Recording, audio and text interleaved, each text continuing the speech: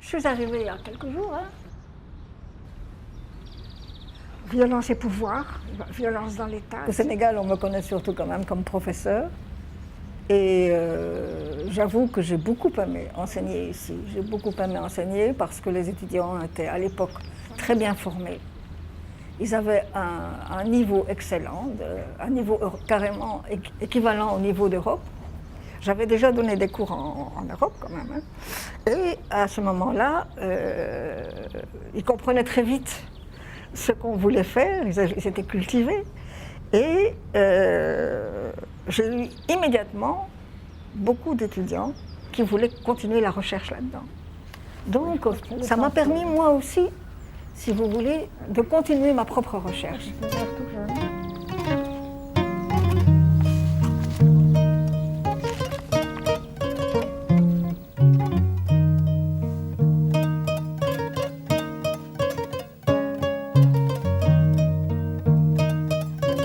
Je suis née en Europe, mais toute petite.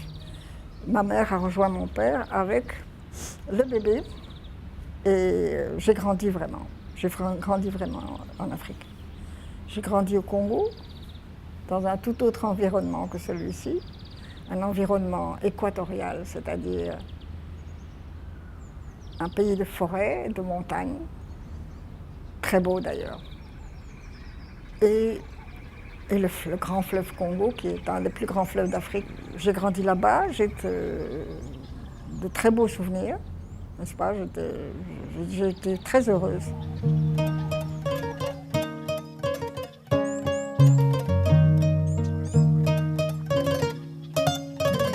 Mon père était capitaine d'un steamer qui faisait tout le fleuve. C'était un steamer à vapeur avec une grande roue derrière, n'est-ce pas? Exactement comme celui qu'il y a sur le fleuve Sénégal. C'était les mêmes types de bateaux. Là, c'est moi avec mon chien, j'ai une quinzaine d'années. C'était la maison qu'on habitait, une petite maison toute simple, coloniale.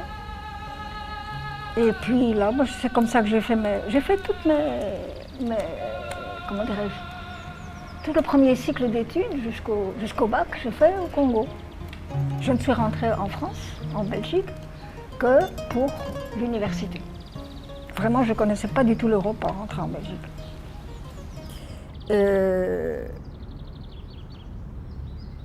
Je me retrouve là dans un environnement tout à fait différent, avec des gens qui avaient une toute autre mentalité. Et pour moi, l'Afrique, c'était quand même, c'était le pays de mon enfance, c'était vraiment mon pays. Quand j'ai dû choisir un sujet de thèse,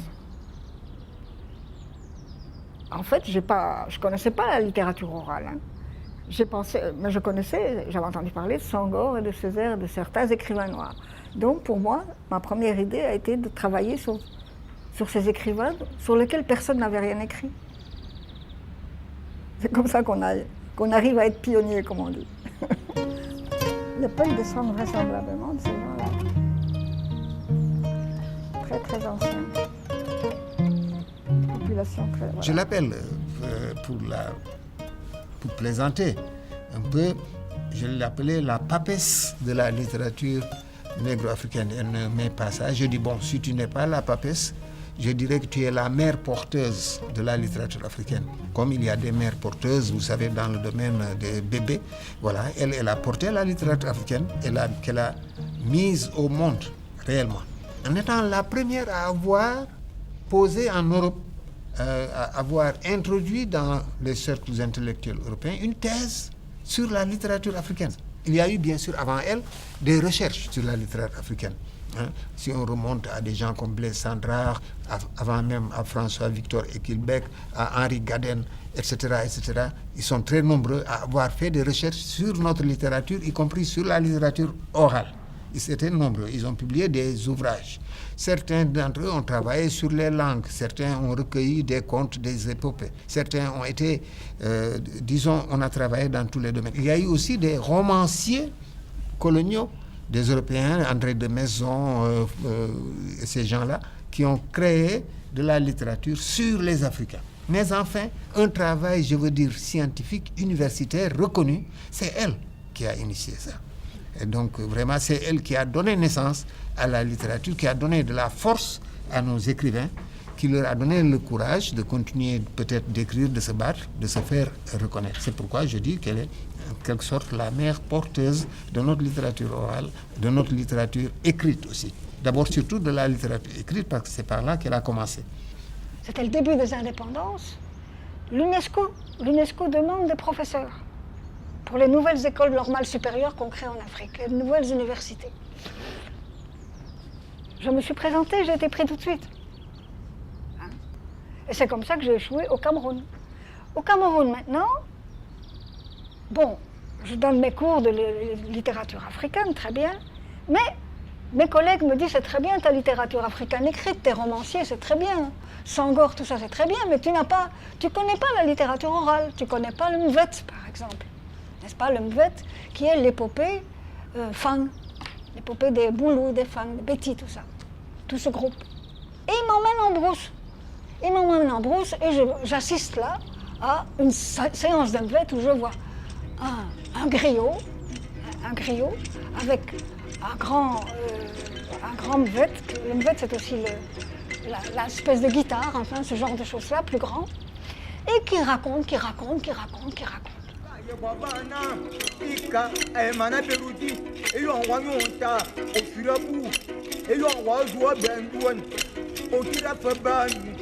Alors, ça c'est ma première rencontre avec l'épopée africaine, vécue, vivante.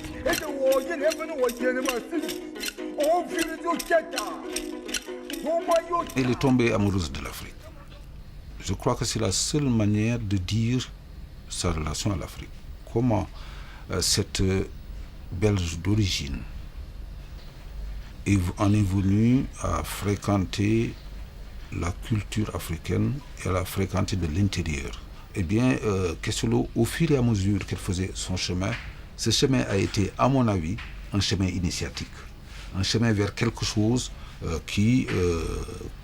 qu'on ne découvre qu'à la fin comme étant en fait à l'intérieur de soi-même, mais que l'expression littéraire ou l'expression artistique permet simplement de montrer aux autres. Et je signale par ailleurs qu'elle a épousé un Camerounais. Quand je disais amour, donc, il faut prendre ça au sens le plus large de la philia, l'amour qu'on ressent pour quelqu'un et l'amour qu'on ressent pour quelque chose. C'est donc d'un Africain et de l'Afrique en général qu'elle est tombée amoureuse.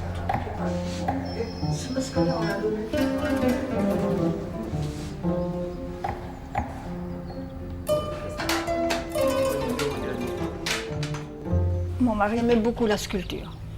Il aimait beaucoup la sculpture parce qu'il venait d'une tribu de sculpteurs au Cameroun. Et donc il aimait beaucoup... c'est lui qui choisissait en général, qui allait dans les magasins, dans les boutiques de la rue Mohamed V. Et c'est là qu'il a trouvé toutes ces sculptures que vous voyez à l'intérieur. C'est mon mari qui les achetait parce qu'il ne se trompait jamais. Il était professeur à l'Institut Polytechnique, qui s'appelait encore l'IUT. Et il a monté là-bas le laboratoire, qui marche toujours d'ailleurs, le laboratoire de physique de l'atmosphère et climatologie.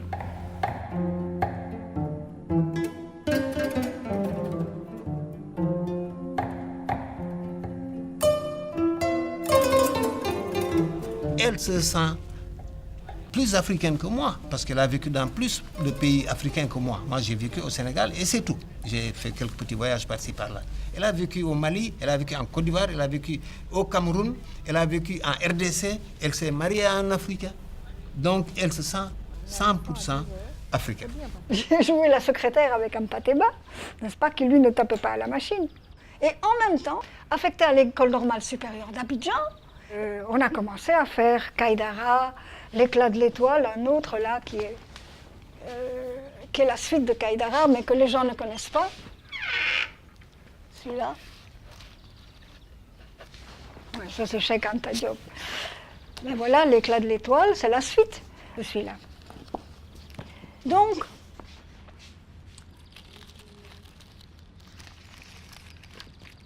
je suis restée pendant 3-4 ans avec Mpateba, en Côte d'Ivoire. Puis là-dessus, en Côte d'Ivoire, les étudiants font la grève. C'était 68. qu'est-ce qui se passe en 68 ? Nous, les professeurs, je n'étais pas la seule, qui enseignait la littérature africaine au niveau de l'université, on met ça sur notre dos. On dit que c'est nous qui excitons les étudiants. Alors, c'était pas vrai, mais on a été vidé à 13 professeurs. Je vais voir l'ambassadeur Guillabert, qui était l'ambassadeur du Sénégal à Paris, et je lui explique mon affaire, et je dis, je voudrais aller au Sénégal. Alors il a dit, il n'y a pas de problème, il a été voir Senghor. Et du coup, Senghor qui se rappelait de ma thèse, parce que je connaissais Senghor depuis déjà 20 ans. Senghor qui connaissait ma thèse, dit très bien, faites venir Madame Castelot.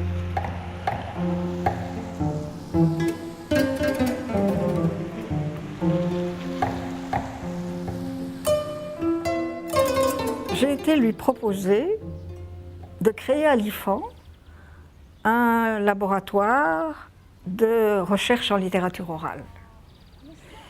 Et en même temps, une sonothèque. Parce que ça n'existait pas. Il n'y avait pas ici un organisme qui recueillait systématiquement les textes de littérature orale. Il y avait un début avec les archives culturelles qui existaient, mais les archives culturelles récoltaient essentiellement du folklore. Des cérémonies, des choses comme ça, de la musique, de la danse et tout ça, mais pas spécialement le travail des griots, pas spécialement les paroles, n'est-ce pas, le savoir parler. Et c'est ça que Senghor m'a permis de faire. Et aussi, Senghor m'avait quand même demandé que je donne des cours à la fac. Et j'ai en même temps donc commencé les cours de littérature orale à la fac, qui n'existaient pas non plus.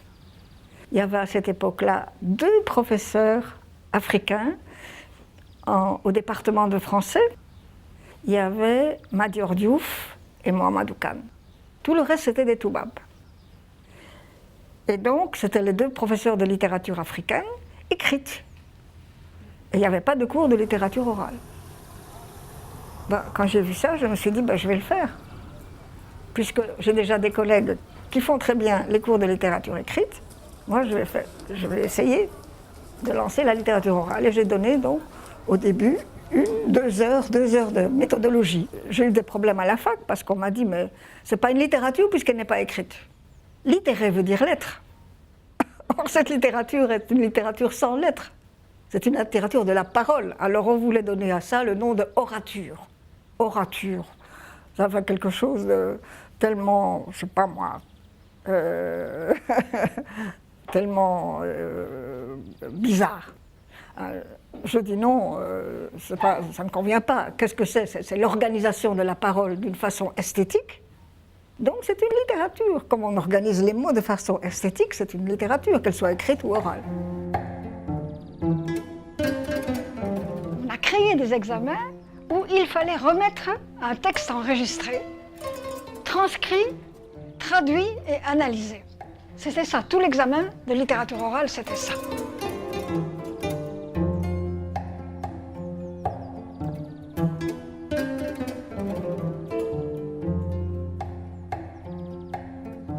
Et quand un étudiant avait recueilli vraiment un texte fantastique, c'est nous-mêmes qui lui demandions de continuer à travailler là-dessus, de faire sa maîtrise, même éventuellement sa thèse. C'est ce qu'avaient fait d'ailleurs les gens qui m'ont remplacé à la faculté, Amadou Ly, Bassirou Dieng et Ahmad Faye.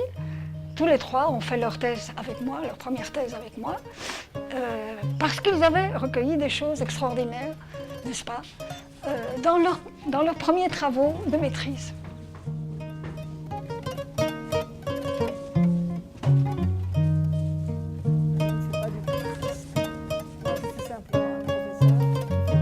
Je ne sais pas, je ne pourrais pas vous dire combien j'en ai écrit.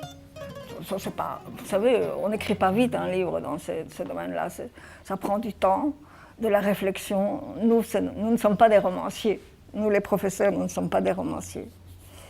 Mais bon, il y en a quand même quelques-uns. Vous voulez les voir ? Bon, je vais vous montrer ça. Quelques-uns en tout cas.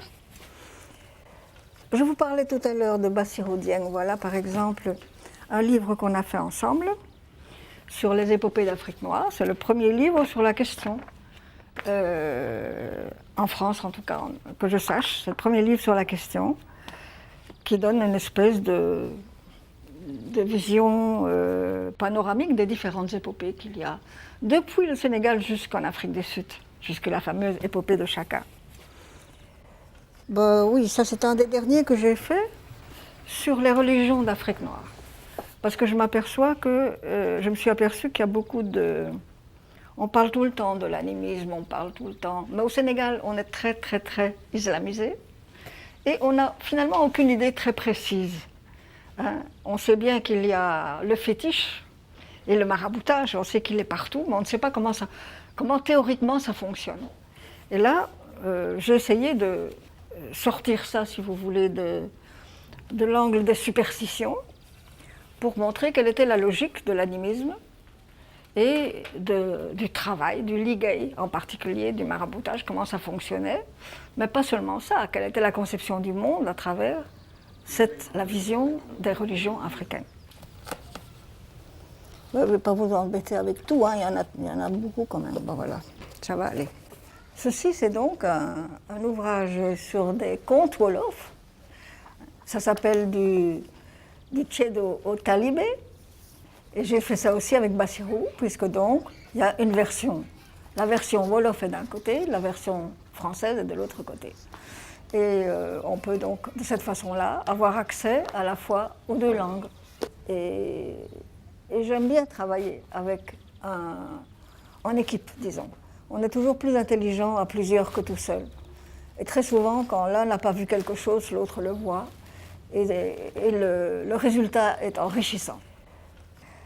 Bon, pour le reste, pour vous donner un peu ce que j'ai fait pour le reste, ça, évidemment, je vous disais que j'ai fait entre autres celui-ci qui est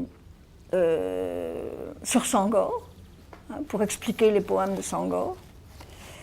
Et par exemple, j'en ai fait sur Césaire, qui est difficile aussi. Césaire est un auteur difficile.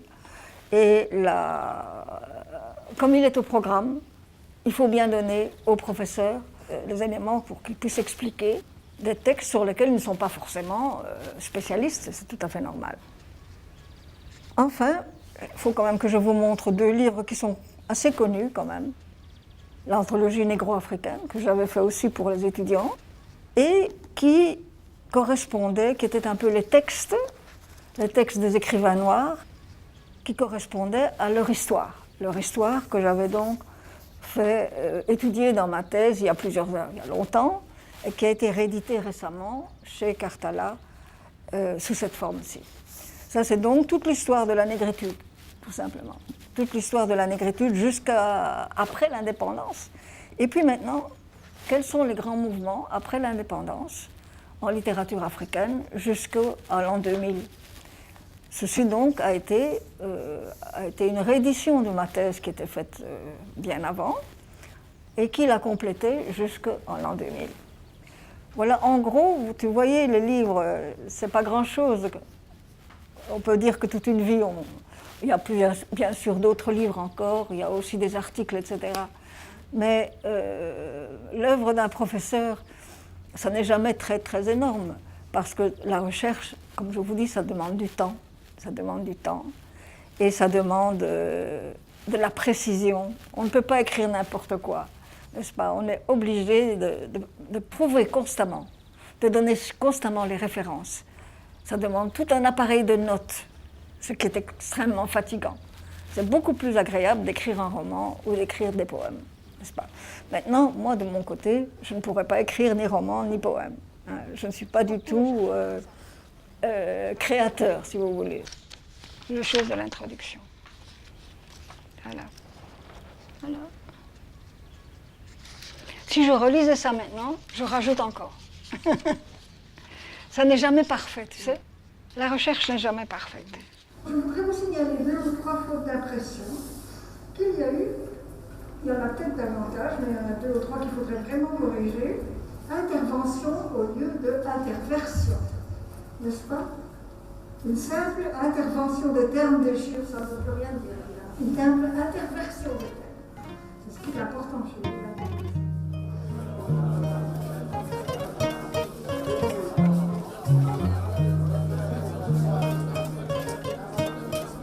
Je me plais à dire très souvent que Kestelo a été pour la plupart d'entre nous, en tout cas pour les gens de ma génération, les chercheurs de ma génération, elle a été l'occasion ou le chemin qui a été suivi pour retrouver notre propre culture.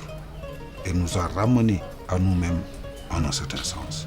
Et ça, elle l'a fait aussi bien pour les grands poètes comme Senghor, comme Damas, comme Césaire. Elle l'a fait également surtout pour les textes initiatiques, les contes africains, bref, quelque chose qu'on ne maîtrise pas d'emblée parce que nous n'avons plus de la grammaire qui raconte.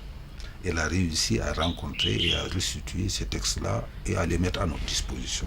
Moi, professeur, moi, africaine d'adoption, moi, chercheur en littérature africaine et en tradition orale, moi je suis heureuse à ce point de vue-là. Parce que moi j'ai l'impression que j'ai pas raté ma vie quand même. Hein? Disons que j'ai fait des choses très intéressantes. J'ai appris énormément de choses. J'ai rencontré des gens formidables. Hein? C'est pas tout le monde qui a pu travailler avec Ampateba. C'est pas tout le monde qui a pu avoir l'amitié de Césaire d'un côté et de Senghor de l'autre. N'est-ce pas? Vraiment, c'est pas tout le monde qui a pu échouer ici et pouvoir travailler sans que personne m'en empêche. On ne m'a pas toujours aidé, mais j'ai trouvé de l'aide quand même, j'ai trouvé beaucoup de collaborateurs. Personne ne m'a empêché de faire ce que je voulais faire. Et par ailleurs, sur le plan personnel, bon, j'ai eu un excellent mari qui est parti trop tôt. Et bon, il me reste un fils et un petit-fils et une petite fille, n'est-ce pas? À mon âge, on ne se remarie pas. À mon âge, et puis j'avais aucune envie de me marier. Moi, j'ai eu un bon mari, ça me suffit. À mon âge, on n'est pas encore assez vieux pour dormir tout le temps. Je continue à travailler à ma manière, beaucoup plus lentement qu'avant. Mais quand je suis en France, là-bas, je contacte les chercheurs et les étudiants qui travaillent en littérature africaine. Je suis des séminaires qui m'intéressent, en anthropologie ou en politique. Et je m'occupe d'édition. Par exemple, ce bouquin de Mamoussé, j'ai pu faire ça, n'est-ce pas? Le dernier, là, j'étais déjà à la retraite. J'ai pu m'en occuper en France parce que je n'étais pas ici. Donc je peux aller trouver l'éditeur, suivre la fabrication, corriger les épreuves, regarder ce qui manque, trouver des cartes, etc., chercher des quatrièmes de couverture, des choses comme ça. Hein? Faire un livre, c'est tout un travail. C'est tout un travail. Et comme ça, j'ai pu réussir à faire publier une dizaine de livres depuis ma retraite, qui ne sont pas les miens, qui sont ceux des collègues ou des étudiants et des choses comme ça, mais qui valaient la peine en littérature orale. Voilà. Lorsque le département de lettres modernes a éprouvé le besoin de faire des mélanges offerts à Kestelo, moi j'avais écrit qui s'intitulait « Ils sont au cinéma » a dit Kestelo. Dans son introduction à Damonzon de Ségou, parce qu'il a écrit l'épopée Bambara de Ségou, c'est quelque chose d'absolument fantastique, Liliane Kestelo note, la parenthèse, citation, il faut avoir observé les gens captivés par un griot bien en forme. Ils réagissent à la moindre de ces saillies. Ils retiennent leur souffle dans les instants de suspense. Ils éclatent de rire à ces bons mots. Ils approuvent et répondent à ces questions. Bref, ils sont au cinéma. Les gens dans la tradition orale, contrairement à ce qui se passe pour la tradition écrite, sont au cinéma à chaque fois qu'ils sont confrontés à la délivrance de leur savoir, à la délivrance de leur culture. Eh bien, cette dame nous a rendu capables de nous souvenir de ce que nos ancêtres ont pu faire, ont pu dire, alors qu'elle était étrangère et qu'elle est venue épouser notre cause de ce point de vue-là. Parce que le front de la mémoire, c'est le front le plus important pour la lutte d'un peuple. se réconcilier avec sa mémoire, ou la retrouver, ou la reconquérir, ou ne l'avoir jamais perdue. C'est ce qui fait qu'un peuple est un peuple. Quelle est ma philosophie? Vous voyez, elle est ambiguë, comme dirait Ballandier. Elle est ambiguë parce que quand je pense à l'Afrique et à l'état du monde en général, je ne suis pas optimiste. Je ne suis pas optimiste non plus pour la France, ni pour l'Europe. Ils ne se portent pas bien pour le moment. Les enfants là-bas, comme ceux d'ici, ne savent pas quel sera leur avenir. Rien n'est joué d'avance. Mais par contre, sur le plan de mon travail, là j'ai l'impression que j'ai quand même fait quelque chose, n'est-ce pas? Que j'ai quand même servi à quelque chose. Donc c'est ça l'ambiguïté. Ce que je peux te dire, Kadi, c'est que si je devais partir maintenant chez Azraël, eh ben je dirais ok, d'accord. Hein? J'estime que j'ai rempli mon contrat.